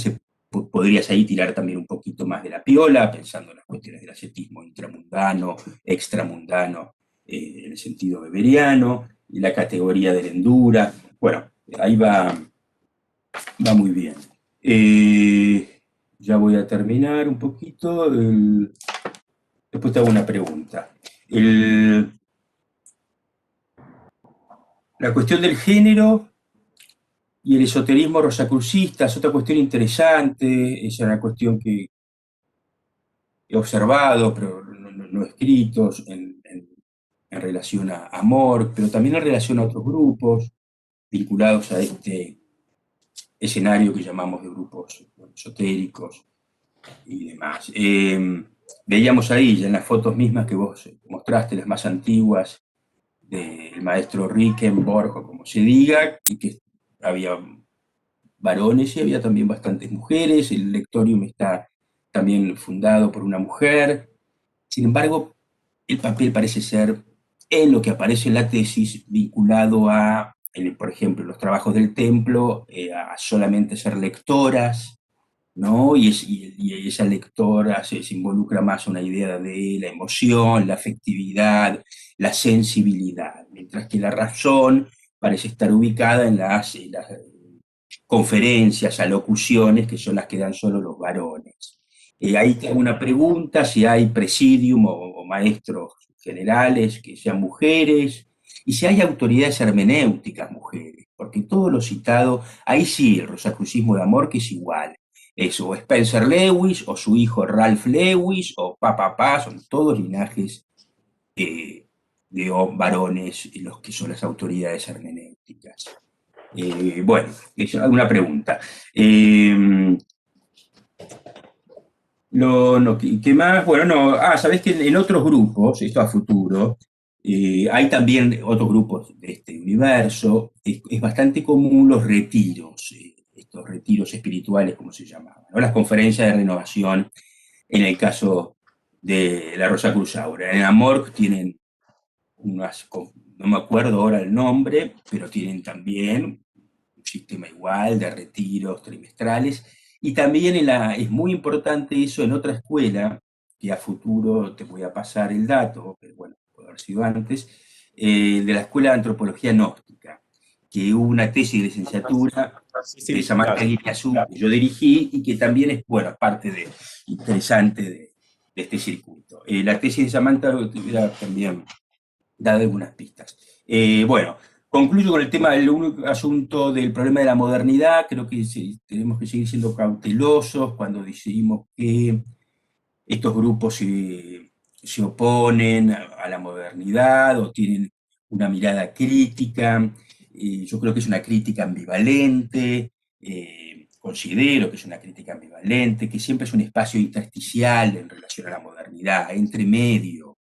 Eh, no es una categoría denostada por ellos, todo lo contrario, por eso ellos mismos se autopresentan como una escuela iniciática moderna, ¿no? Y lo mismo con los Rosacruces, que es un método moderno de evolución personal. Entonces, sí, desde ya esa dimensión contracultural no es lo mismo, digamos, una contracultural dentro de un proceso de la modernidad en donde la ciencia, la tecnología, son cuestiones muy valoradas, por supuesto, selectivamente, bueno, como todos, pero no denostadas de plano, ¿no? Es como, me da la sensación de que va más justamente hacia la construcción de una sensibilidad moderna alternativa, ¿no? Heterodoxa, vinculada al conocimiento, ¿no? Una taxonomía tierna sobre lo moderno, como diría Levi-Strauss. Bueno, listo con esto. Cierro acá. Preguntas era lo de las mujeres. Sí. Podés contarnos un poquito más. Y tengo una última pregunta muy sencillita y es, si pudiste rastrear algo de qué dicen los Amorc de los Rosacrucesaurios y viceversa. Pensando en esto también que decía Ale de, bueno, campo Rosacruz, campo esotérico, bueno, uno sabe que sí, disputa de legitimidad siempre está, pero ¿has podido pescar algo ahí en esa comparación de qué se dice uno del otro? Bueno, listo, termino acá. Bien. Sí, gracias. Genial. O sea, nada, lo primero que quiero decir es, evidentemente, o sea, muchísimas gracias a ambos por el laburo que se tomaron de leer lo que escribí y de pensar sobre eso y criticarlo. O sea, realmente a mí me sirve muchísimo lo que me dicen porque, bueno, la intención es seguir escribiendo. Estoy pensando ya en la próxima tesis o sea, es espectacular todo lo que me dijeron. O sea, me encantó. Es como digamos, marcar dónde hay que seguir arando, digamos, y la idea es seguir arando. Entonces, se tomaron un laburazo y se los agradezco y me sirve un montón, digamos, más allá de agradecer, digo, es sentido práctico, ¿no? Entonces, gracias. Esto es lo fundamental que les quiero decir. Y ahora, bueno, son un montón de cosas. Voy a tratar de responder algunas. Si me queda alguna fuera, me interrumpen y me preguntan. Primero, Ale, hablaste del tema de la etnografía, ¿no? Entonces, o sea, es absolutamente cierto. En la medida en que es, digamos, lo que hay que hacer, digo, como dicen, viste, en el cristianismo, que él crezca y que yo decrezca, que el campo crezca y que, digamos, que los textos sobre los Rosacruces decrezcan de alguna manera. Y estoy totalmente de acuerdo. Ahí, digamos, yo tuve más temores, dificultades para acercarme a los Rosacruces. Entonces, es también un reconocer mi inexperiencia que yo escribo.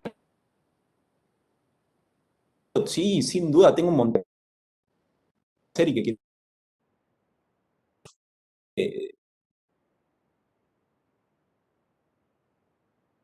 Temor, ¿no? En medida ellos también, porque siempre me recibieron con total calidez, digamos, ¿no? Entonces, yo estoy seguro de que si yo a Beatriz le propongo tomarme un café con ella, me va a decir que sí, ¿sí? Entonces, Bueno, esa cuestión es algo que si hay, digamos, en el próximo trabajo hay que trabajarla con mucha más intensidad. Y también es cierto lo que decís, César, de que, digamos, es muy difícil también, pero digo, como que la tesis tendría que sentarme a escribirla ahora. Es como que, bueno, digo, es un proceso de estar constantemente como si fuera como un compost, ¿viste? Descomponiendo y asimilando la información y pudiendo, digamos, comunicarla de maneras cada vez más ricas, ¿no? Entonces, digamos, me encantaría, digamos, ya el próximo laburo es eso, es mucho más estar con ellos y preguntarles sobre las categorías y ver cómo operan y darle esa manivela que es el trabajo propiamente antropológico. Y es cierto, perdón, no, digo, voy a comentar, hay una deficiencia en términos de la carrera, digamos, en cuanto a lo que es el trabajo de campo. Y bueno, también está la tesis, que es el lugar donde finalmente lo hacemos. Entonces, digo que está y no está, pero aparece en la tesis como un poco precocido, si se quiere. Bueno, digo, ahí lo que puedo decir es, primero, gracias, y segundo, bueno, es la tesis de licenciatura y es el primer trabajo de estas características que escribo, y espero digamos, incorporar y está, digamos, yo pienso revisitar, digamos, esta conversación que estamos teniendo para asimilarlo de las cosas que ustedes me dicen. Me sirve muchísimo. Bien. Perdón, esto es de César. Toda la discusión sobre el esoterismo. O sea, wow. O sea, digo, es, creo que es de una erudición que es un poco como decís vos, Ale. O sea, hay que dedicarse a escribir un poco más intensamente. Y también mientras vos me lo comentabas, yo recordaba, ¿no? Cuando yo le mandé ese capítulo a Pablo, que el capítulo como que tiene algunos comentarios, pero tiene 2 o 3 por ahí y 800 sobre Bazán, y ¿no? Como que esta cuestión, digo, tal vez a mí no sé, eh, tendría de una erudición y de una complejidad que tal vez me costó asir, ¿no? Entonces, bueno, tal vez, como decís vos, Ale, digamos, en función de esto hubiera sido interesante simplemente sacarla. Yo lo que quería reponer era un poco, bueno, estos debates y en tanto hablamos de un grupo esotérico, de qué estamos hablando y también de la cuestión de qué es el esoterismo en el sentido común, pero fundamentalmente, bueno, no sé, creo que también tal vez, digo, hay cierta, si se quiere, inexperiencia en, bueno, vamos a definirlo. ¿Y cuáles son? Son estos 6 elementos, ¿no? Entonces decís, bueno, es esto. Eh, en torno a lo de sí comentar, o sea, yo tengo, perdón, estoy tentado de ir a buscarlo, porque como estoy en mi casa, tengo mi biblioteca a mano. Te creo que tengo un libro de García Bazán que se llama La religión egipcia, el hermetismo, la religión egipcia. O sea, pero bueno, fuera de esto, y la cuestión de que él trabaja el gnosticismo, y sí, está carísimo, Hamadi, es tremendo el laburo de él. Digamos, me parecía que había algo de esencialista, y así también la que yo leo, y es la crítica de Pablo, es, che, basta con Hanegraaff, que es holandés, digamos, y vení, o sea, vení y estás acá, ¿no? Pero digo, bueno, también tomo las herramientas porque no hay tanto bueno, o capaz que yo no lo conozco, escrito sobre el esoterismo desde las ciencias sociales. Entonces, lo que yo entiendo lo histórico, el esoterismo, un fenómeno interior que está hacia, digamos, que es como el corazón de todas las religiones, ¿no? Entonces todas las religiones tienen esta fase esotérica y exotérica, digamos, bueno, entonces, independientemente del contexto geográfico histórico, estas cuestiones están, ¿no? Eh, y preguntabas la cuestión de la posmodernidad y de cómo se gestiona la endura, digamos, ¿no? Como el apego que tenemos nosotros a la personalidad y también de lo que comentaba César de la televisión y de cuestionarlo, y estoy completamente de acuerdo, digamos, es una pregunta que no hice, pero que debería haber hecho, o sea, digamos, vos, ahora, acá, ¿no? O sea, sujeto y Argentina, Rosacruz es argentino. ¿Lo haces, no lo haces? ¿Cómo te relacionás con eso? ¿Te cuesta, no te cuesta? ¿No? Como empezar a complejizar esta cuestión, nada, como definitivamente hubiera enriquecido el trabajo. ¿Qué más?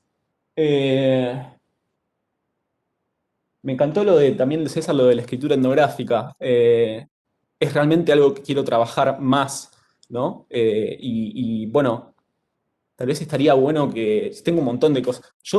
Perdón, digo, por ejemplo, yo sé que no es una escritura etnográfica, pero Emmanuel Carrer escribiendo El Reino, por ejemplo, ¿no? O sea, como que hay algo de cómo él habla de sus experiencias, además de analizar, digamos, la Biblia y los textos, que me parece muy interesante pensar en incorporar simplemente eso. Y tal vez alguna referencia que ustedes tengan que consideren que puede ser interesante, me sirve para ver, digamos, dónde está la prosa etnográfica, alguna así destacada como para leer y estudiar.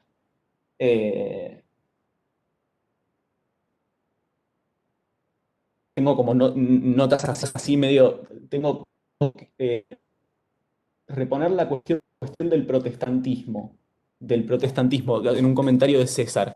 Creo que tiene que ver con el tema del ascetismo intramundano y esto es lo que yo simplemente quiero comentar es, digamos, creo que una de las ideas más fuertes con las que me encontré hacia el final de la escritura del texto y un poco también conversándolo con Catón, que, o sea, al toque me dijo Weber, ascetismo intramundano, ¿no? Como que salta a la vista. Y lo que yo pensaba era, o sea, realmente lo que me falta es, por eso digo, lo que dice, reponer la cuestión de, lo que me falta es conocer un poco la historia también y los debates que hay al interior del cristianismo.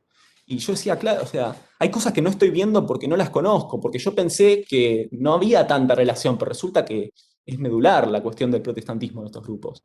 Y realmente ahí lo que hay, vamos a decirlo lisa y llanamente, es desconocimiento, ¿no? Entonces, son baches que pienso llenar, ¿sí?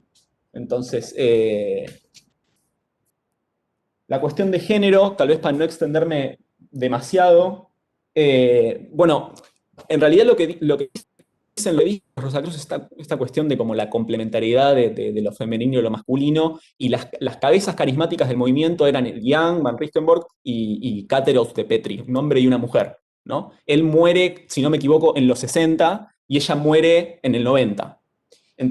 Entonces, el hecho de que sean un hombre y una mujer los que presiden la orden tenía como esta significación esotérica de que había como una armonía o que se complementaban, ¿no?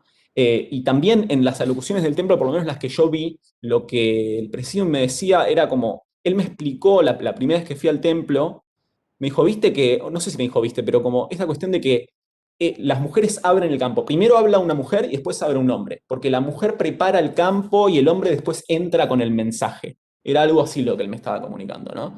Entonces, obviamente, ¿no? O sea, el esoterismo y el género, gran tema, porque está completamente esencializado, digamos, porque el hombre entra, porque la mujer prepara, ¿no?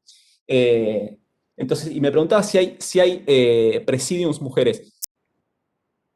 Yo lo que sé es que una de las mujeres, digamos, de mayor jerarquía que yo vi en la reunión esta de la consagración, donde estaban todos los... O sea, yo de hecho, no sé, hablaba con un Rosacruz y me decía, pero porque viste que no sé qué. Yo le digo, no, yo no vi eso porque yo no sé, no soy Rosacruz. ¿Cómo?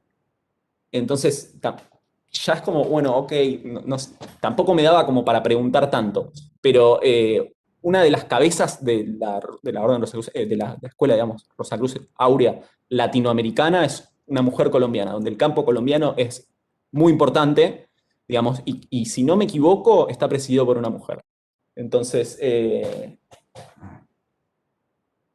sí, obviamente, ¿no? Después está toda la cuestión de, digo, bueno, son los hermanos, son hombres, y siempre la referencia es a él más que a ella, es a Reichenborg más que a Cáteros de Petri, porque eran dos, pero los libros los escribió él, ¿no?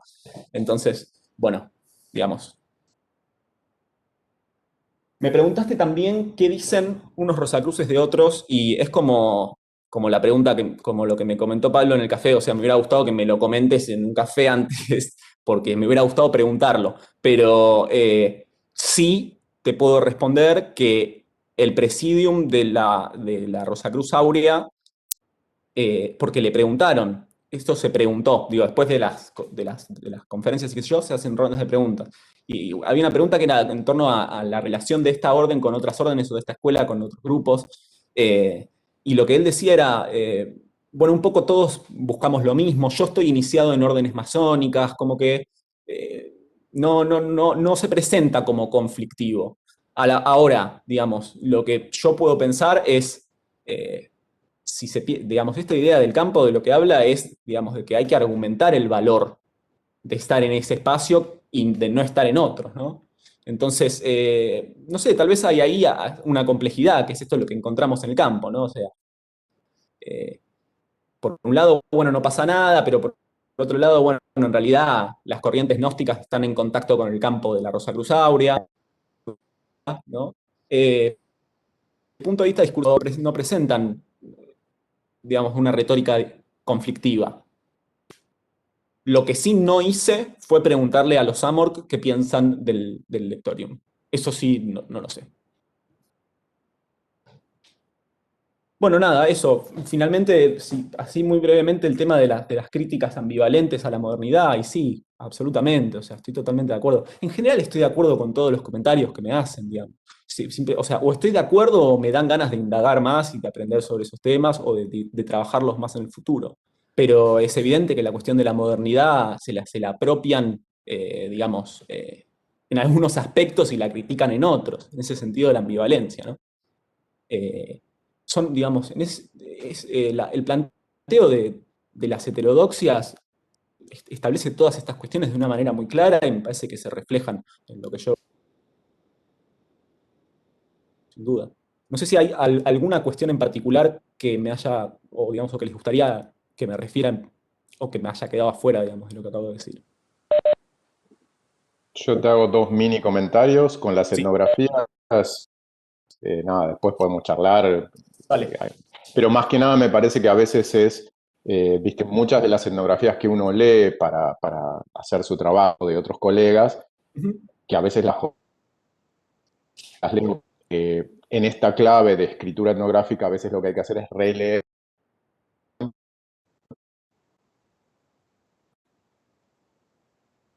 puesto en narración, narrativamente tomar las buenas etnografías del campo que a uno le interesa y leerlas en esa otra clave. ujú. Y simplemente respecto a lo que comentabas de Hanegraaff y las definiciones del Me esoterismo, encantaría que la eh, sigamos igual después, Ale, porque es un asunto para conversar. Sí, es un sí. asunto para conversar y esencialmente, digamos, yo después te voy a pasar en la tesis como los comentarios específicos para que los tengas y te sirvan. Y hay algunas referencias que te puse ahí para que consultes, pero en muchos casos, en ese turn que están haciendo los europeos en los 90, Sí. básicamente lo que hay es un gran desconocimiento de detalle de los trabajos publicados previamente, Ok. casual o voluntario, y no una lectura específica, ¿no? En este caso, lo que vos hablás de la tensión interno-externo, si vos lees, como sin los prejuicios de Hanegraaff, el texto que vos mismo estás citando, vas a ver que Ujú. justamente está argumentado en términos de una construcción histórica de esa tensión en un contexto específico, que es la antigüedad grecolatina y la tardoantigüedad. Convicción personal era una realidad metafísica. Si eso no interfiere metodológicamente, es un asunto anecdótico, volviendo como es, al agnosticismo metodológico. La pregunta siempre es si eso está interfiriendo metodológicamente. Eso para charlar in extenso a futuro. Y no, yo solo, Juan, también te voy a pasar la tesis, como en ese sentido es más fácil, porque antes tenemos que dejar los ejemplares ahí en la facultad o tener que hacer ejemplares apartes. Ahora tengo tu ejemplar todo anotado y comentado, subrayado y demás, así que te lo voy a enviar tal cual y después continuamos el diálogo. Y lo otro que decía Ale, sí, la escritura etnográfica se aprende leyendo etnografías en clave de cómo se construye ahí una descripción, que es una descripción siempre intencional. En esa descripción se va justamente construyendo datos empíricos. Y coincido 100% con Ale. Te podemos recomendar excelentes etnografías campo de la religión, en donde ahí la clave es Tengo la esta. lectura, cómo se narra, ¿no? Cómo se dispone la acción de las personas, ¿no? Cómo se describen los espacios, deadly words, exacto. Ahí tenés toda una escritura fantástica. Esa la tengo ahí entre sexta y Y sexta. justamente, y bien emplazada, ¿no? El lugar del antropólogo también en esa trama. Así que bueno, eso después la seguimos. Bueno, yo no digo nada Gracias. más. No sé si...